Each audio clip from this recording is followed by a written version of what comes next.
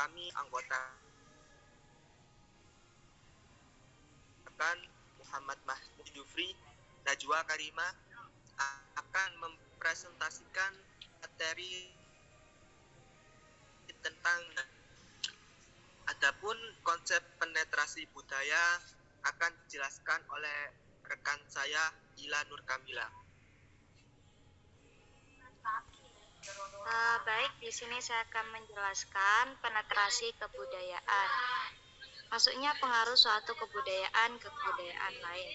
Jadi penetrasi budaya di sini tuh dibagi menjadi dua, yang mana yang pertama itu adalah penetrasi damai dan yang kedua penetrasi kekerasan. Di sini saya akan menjelaskan mengenai penetrasi damai, yakni masuknya sebuah kebudayaan yang dilakukan secara damai, sehingga penerimaan kedua macam tersebut tidak akan memunculkan konflik, justru akan memperkaya khazanah budaya masyarakat dan tidak akan menghilangkan unsur-unsur asli budaya masyarakat. Sebagai contoh yaitu masuknya pengaruh kebudayaan Hindu dan Islam ke Indonesia. Selanjutnya penyebaran penetrasi damai akan dijelaskan oleh rekan saya, yakni Muhammad Imam Mahdi. Kepadanya dipersilahkan.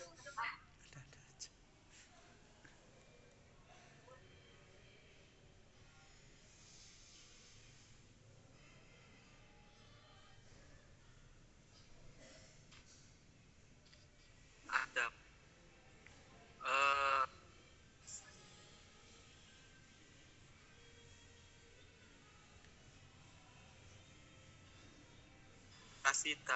penetrasi kekerasan.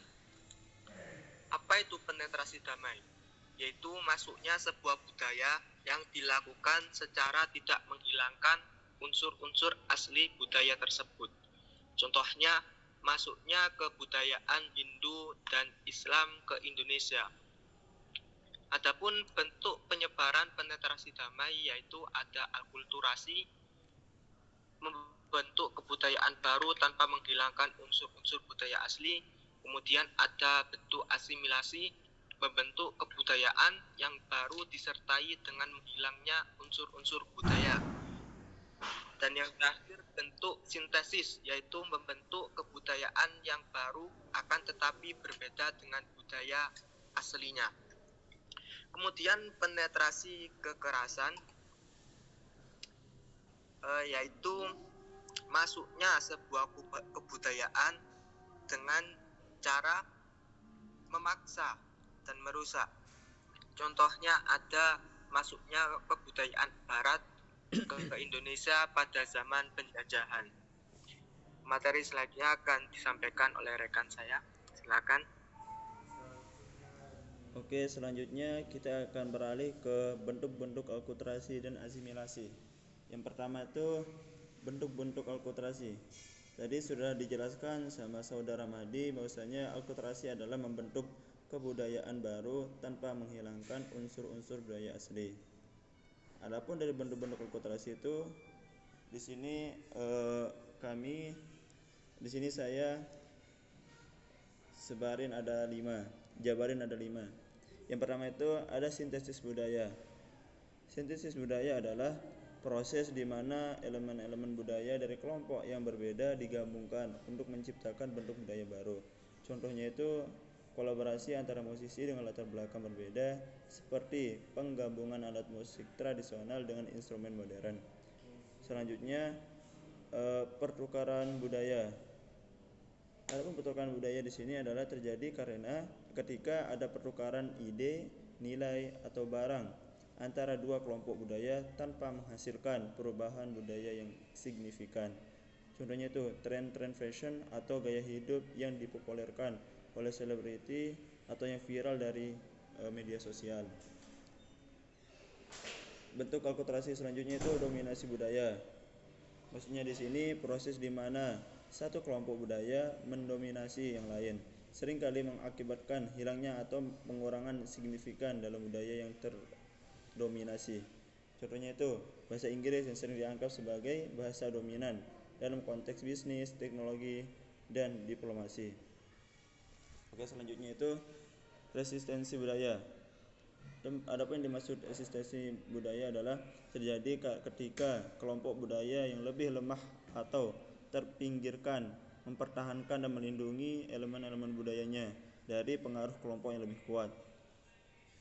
Nah, cara mereka menguatkannya itu biasanya mereka mengadakan festival, pertunjukan seni atau acara-acara lain yang memajukan dan memperkuat identitas budaya lokal. Oke, yang terakhir bentuk-bentuk akulturasi terakhir yang saya jabarin di sini yakni akomodasi. Yang dimaksud dengan akomodasi adalah terjadi ketika dua kelompok budaya mencapai kesepakatan untuk hidup bersama dan menghormati perbedaan budaya masing-masing. Biasanya mereka menampilkan tarian atau seni pertunjukan yang menggabungkan gerakan atau elemen budaya dari berbagai tradisi. Oke, selanjutnya bentuk-bentuk asimilasi yang akan dijelaskan oleh saudari kami Najwa Karimah.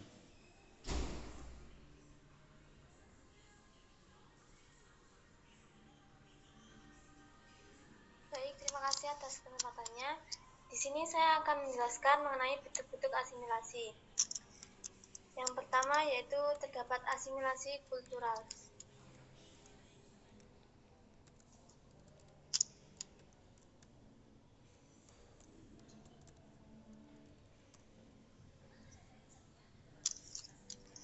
Slide selanjutnya yaitu asimilasi kultural, yaitu yang terjadi pada 4 elemen kultural, yaitu penggunaan bahasa Melayu, makanan khas dan pakaian Melayu, aktivitas ritual atau seremonial tahunan, dan konversi agama.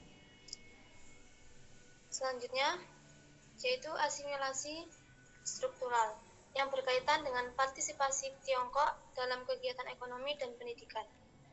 Asimilasi yang ketiga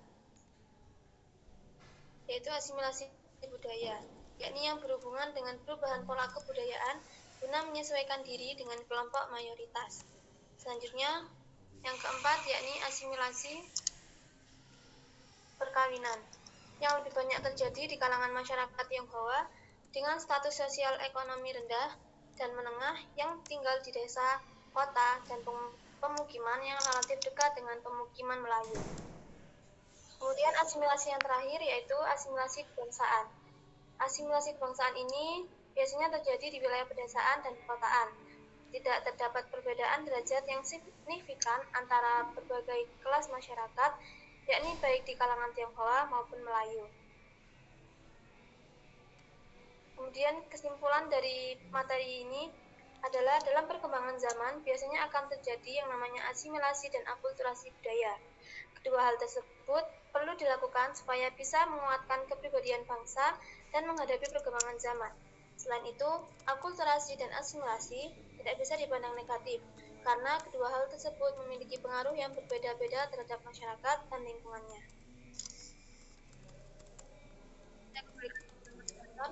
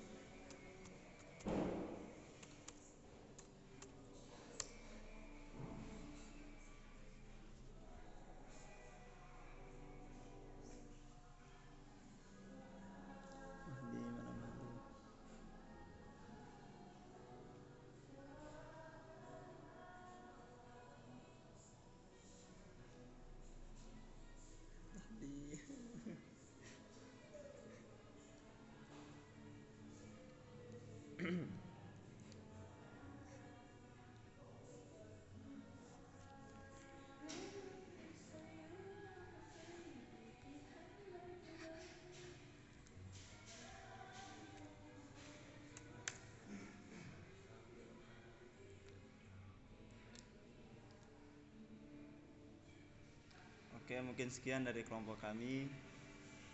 Kalau ada kekurangan kami minta maaf. Terima kasih. Assalamualaikum warahmatullahi wabarakatuh.